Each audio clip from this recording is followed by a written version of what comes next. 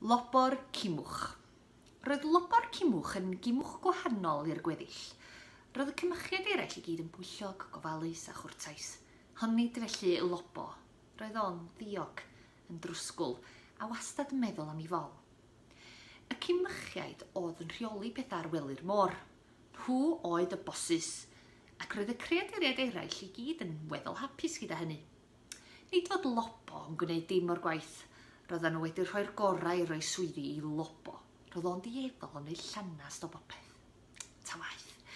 Un diwrnod, roedd yn rhaid galw cyfarfod brys i drafod problem go fawr. Roedd pob cymwch yn gorfod mynd i'r cyfarfodydd pwysig yma. Hyd yn oed lobo oedd yn brysur yn gwneud dim byd mewn esgid dyllog. Cyrhaeddodd yn hwyr fel arfer a mynd yn syth at y bwrdd sglaffio. Ceisiodd lobo gymryd tamad i fwyta'n dawel heb i neb sylwi, ond llwyddodd i daro cragen goes y bwrdd a daeth y cyfan i lawr yn swnllyd. Trodd pob cymwch i edrych arno. Pan welson nhw mai lobo oedd yno, trodd pawb yn ôl gan rowlio ei llygaid. Sori, cyrwch ymlaen, herciodd y geiriau o'i geg. Mae'n rhaid ni fod yn ofalus wrth drin y siarcod yma. Aeth y pen gymwch yn ei flaen i'r cyfarfod. Rhywbeth am griw o siarcod oedd yn creu helynt ar hyd y lle oedd dan sylw. Doedd lobo ddim yn gwrando. Roedd o wedi llwyddo i godli amball damaid i'w geg. Ond mae na sôn i bod nhw'n cydweithio fo gan yr octopus na i greu helynt, meddai un arall o'r cymychiaid pwysig. Mae nhw wedi bod yn bwyta a bwlio nifer o bysgod. A beth os mae rheoli gwyli'r môr yn lle ni ydy'r bwriad? Roedd y cymychiaid i gyd yn dweud yn ei tro. Roedd lobo'n hanner gwrando erbyn hyn ac yn dal i fwyta. Roedd pawb yn swnio'n eitha pryderus, meddyliodd.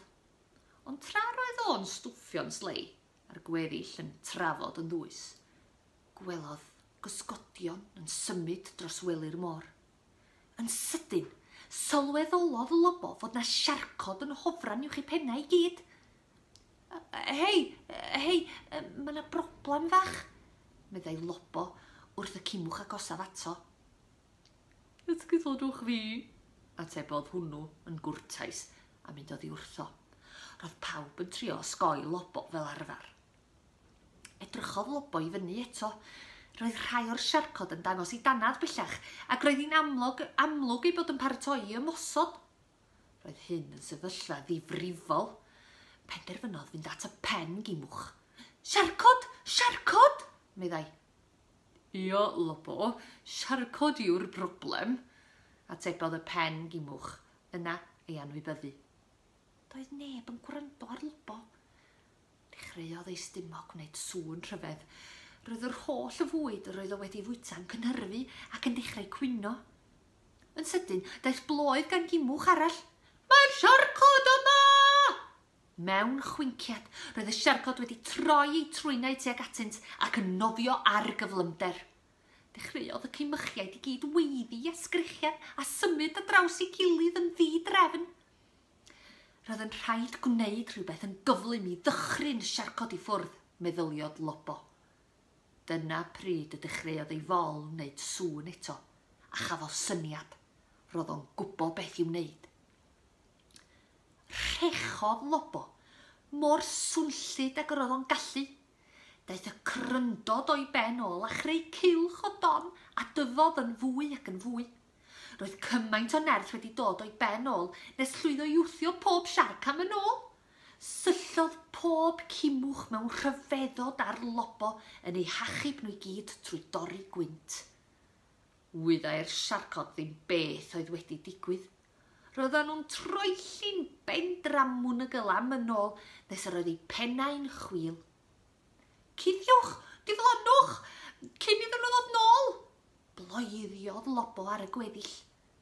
Roedd ei fol yn swnio'n eto, yn barod i dorri gwynt petai angen ail don i wthio'r siarcod nôl. Ond diolch byth, roedd y tro cyntaf wedi bod yn ddigon cryf i achub pawb. Newidiodd bywyd lobo'n llwyr ar ôl hynny. Roedd o'n dipyn o arwr ymysg y cymychiaid, ond roedd o hefyd mewn tipyn o drafferth. Roedd siarcod yn enwog am ddial. Yn anffodus, roedd gan Lobor rhech arwr ddyddiau cythryblus o'i flaen.